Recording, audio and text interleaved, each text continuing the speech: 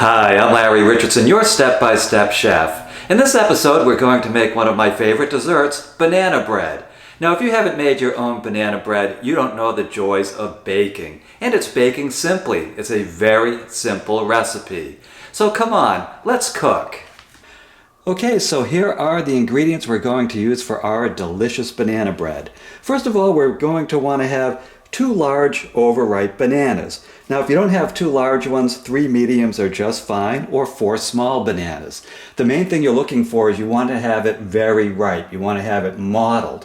You don't want to have it so black, however, that all of the banana on the inside is bruised. So make sure that the banana is just overripe and not rotten. Next up, we're going to use 2 cups of all-purpose flour, 3/4 cup of sugar, a 1/2 cup of melted butter, 2 beaten eggs, a 1/2 teaspoon of baking soda, 2 teaspoons of almond extract. Now, some people use vanilla extract, but I find the almond gives it a little extra zing. And we're going to use 1/2 teaspoon of salt. So let me show you how to put this all together. Okay, the first thing we're going to do is mash up our bananas. Now, the point to the mashup isn't to liquefy them. We don't want them that smooth, but just to give them a good mashing. And I'll show you what that looks like in a moment. Now, you can see these bananas aren't super ripe, but I still think they'll make a delicious banana bread.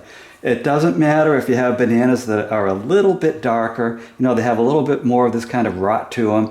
That adds even more sweetness to it. Again, you just don't want to use completely rotten bananas in your banana bread.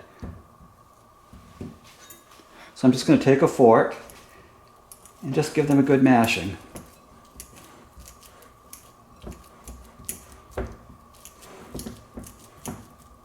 So you can see banana bread doesn't take any kind of complicated machinery to make. In fact, you don't even need a mixer to make this. It's that rough, that rudimentary, and it's that delicious. So let's get this all mixed up. And I'm really just trying to give them a good squash, because then I'm going to add other ingredients and mix them in with this too. So they're going to get processed a little bit more with my fork. Just trying to get rid of some of the larger chunks. Make sure that the banana flavor is evenly distributed in our banana bread.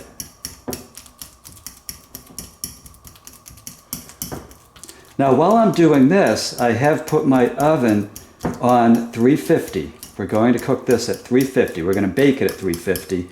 And I put the metal rack in the middle position so the heat can get around the banana bread completely, around the banana bread pan.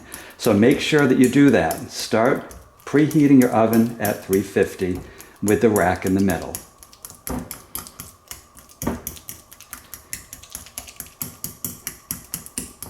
Okay, that's a good mash for the bananas. Okay, our banana bowl was getting away from us a little bit, so I had to recenter that. But what we're going to do next is take 1 stick of butter, which conveniently happens to be the 1/2 cup of melted butter we need, and I'm going to melt this down in my microwave. If you don't have a microwave, you can certainly melt it down in a pan on your stove. So I'll be right back. Okay, so here is our melted butter. I was careful not to over sizzle it in my microwave and caramelize it. This takes a stick of butter, and this was frozen butter. It took about a minute to melt. So cut it into little segments and then melt it up. And there we go. That's right there in with the bananas. Now we're going to add our 2 cups of all-purpose flour. There's 1 cup. And there's the 2nd cup. Now after the flour, what I want to do is add our 3/4 cup of sugar. Now, if you don't like your banana bread as sweet, you can add a little bit less. You can go with as little as 1/2 cup of sugar.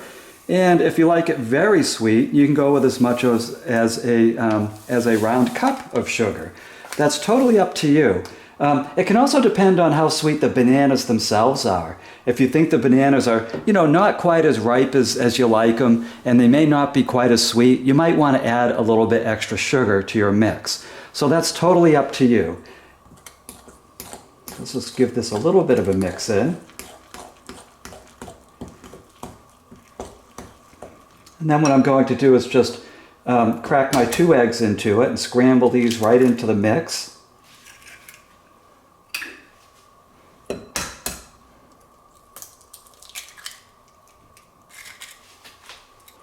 And I'm also going to add our ½ teaspoon of baking soda. Now remember, it's baking soda, not baking powder. Baking powder performs differently.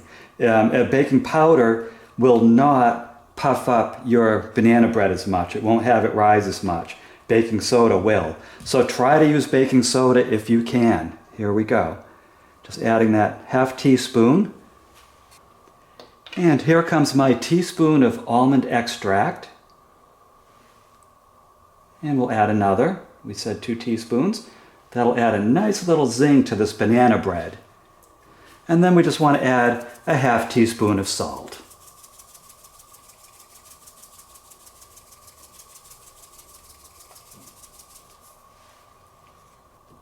And that's it for the ingredients. Let's mix this up.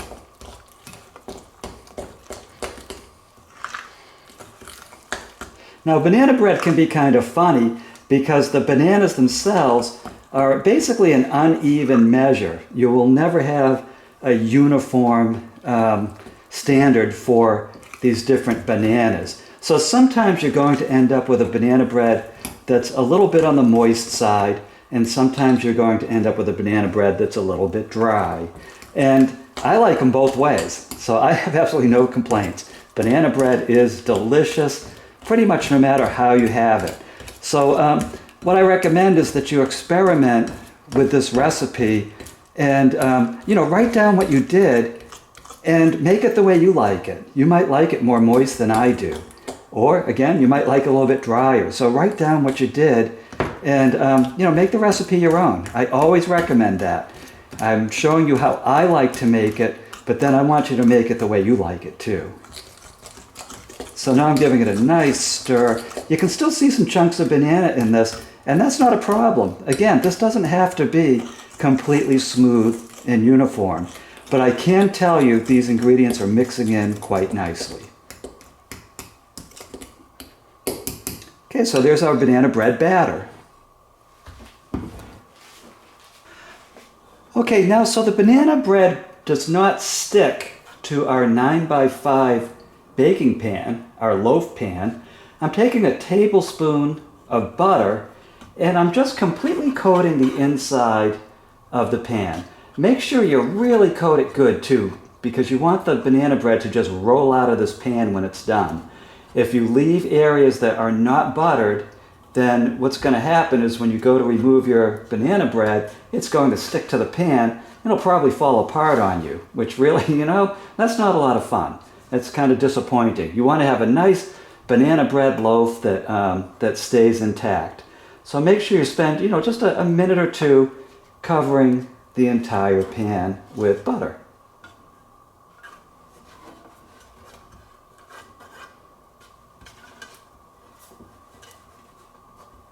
And again, make sure you get those corners.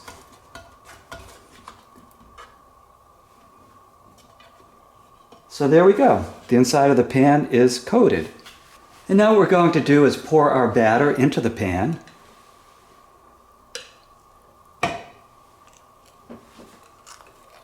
I'm working around a tripod, so there's a little bit of a contortion going on here. But you can basically see what I'm doing.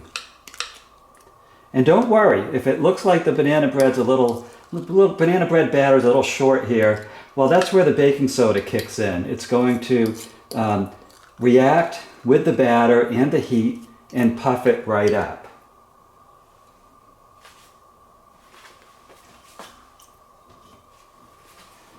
There, this is better for getting that batter out of there. I'm using a wooden spatula.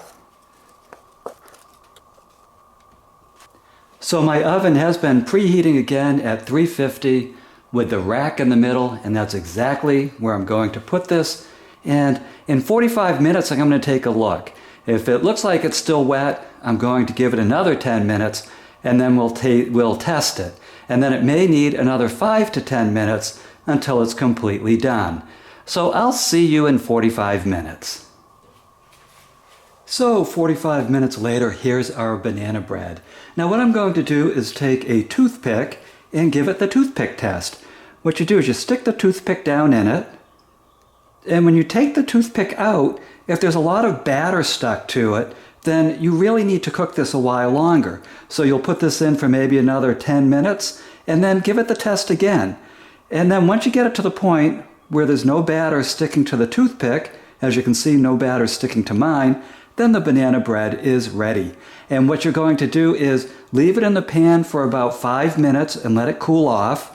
And then you will easily and gently turn it onto either a wire rack or a plate and let it cool off a while longer.